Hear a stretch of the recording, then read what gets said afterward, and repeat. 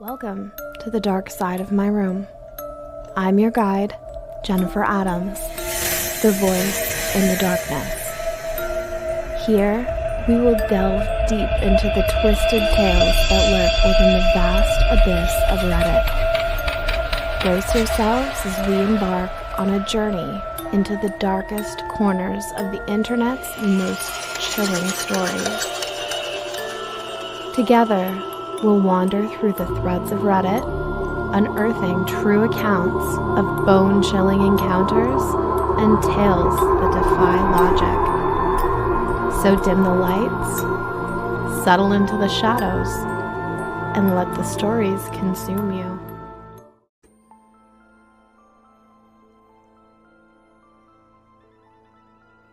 Almost a year ago, I was an opener at a resort, clocking in before 5 a.m. each day.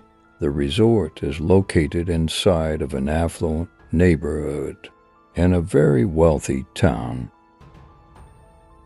Employees had to park in one of the parking lots at either ends of the property, and the lot I chose was adjacent to a long and winding road outside the resort which leads to the rest of the neighborhood.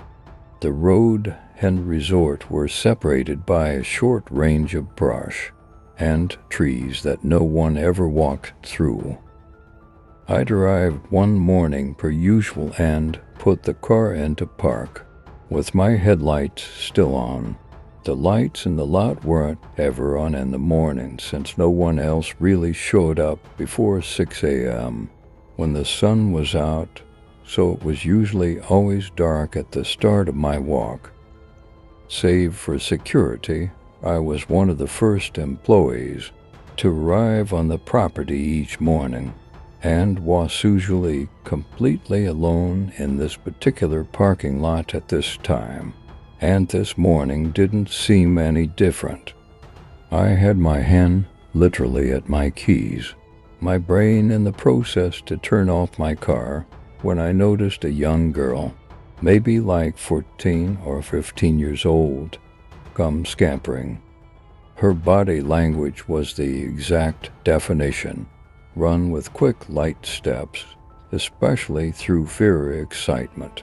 Through the span of trees that separates the resort from the outside road, she was directly in front of my car, and my headlights illuminated a clear view of her in the pitch black. She looked like she was in high school, had long blonde hair, and was wearing a jacket with pajamas, maybe like she just walked out of a house. One thing about her that bothered me was that she wouldn't stop laughing and smiling. I couldn't hear her laughing from outside the car, but she was visually giggling at something I wasn't aware of or could see, and it was so unnatural. She occasionally glanced behind her, as if someone else were there waiting away from the headlights.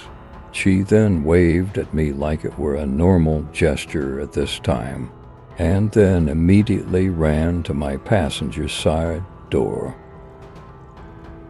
This all happened in a matter of seconds, and I wasn't really sure what was even happening besides my anxiety spiking. I know I simultaneously yanked the aux from my phone to shut whatever song had been playing off while grabbing for the lock button. I remember feeling panic for never remembering if it's up or down to lock when the girl began pulling violently and incessantly on the door handle on the passenger's side. I realized because I didn't turn my car off, it had stayed locked.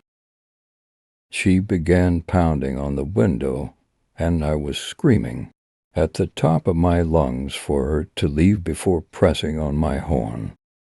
I could see her laughing outside like this were some type of game, as if I were a silly friend not letting her in as a joke.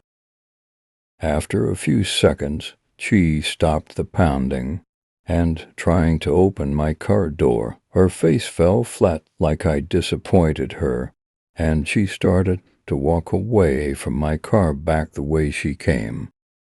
She waved at me again before squeezing through the trees, out of the view of my headlights. This whole encounter confused me almost as much as it scared me. Most people I told the story to just chalked it up to her being on drugs, but that narrative hasn't felt right to me despite her behavior. Maybe she was just being an extremely out-of-touch teenager whose parents need a firmer grip on her. My first thought was possibly human trafficking, but I'm not sure if that would fit this scenario as I'm not the most well-versed with the subject. I told someone when I made it to LP, but they didn't seem to care much. I didn't call the police, and I regret that. I'll never get out of my brain, though, how fucking off the feeling was watching a stranger, seemingly alone, pop out from the trees in the darkness laughing, and then try to violently enter your car in an empty parking lot. I do think the possibility of someone else being present the whole time is a lot more scary, and I wonder who else was there, and where exactly. Thank you for listening. If you liked this video, please subscribe. It helps me more than you know.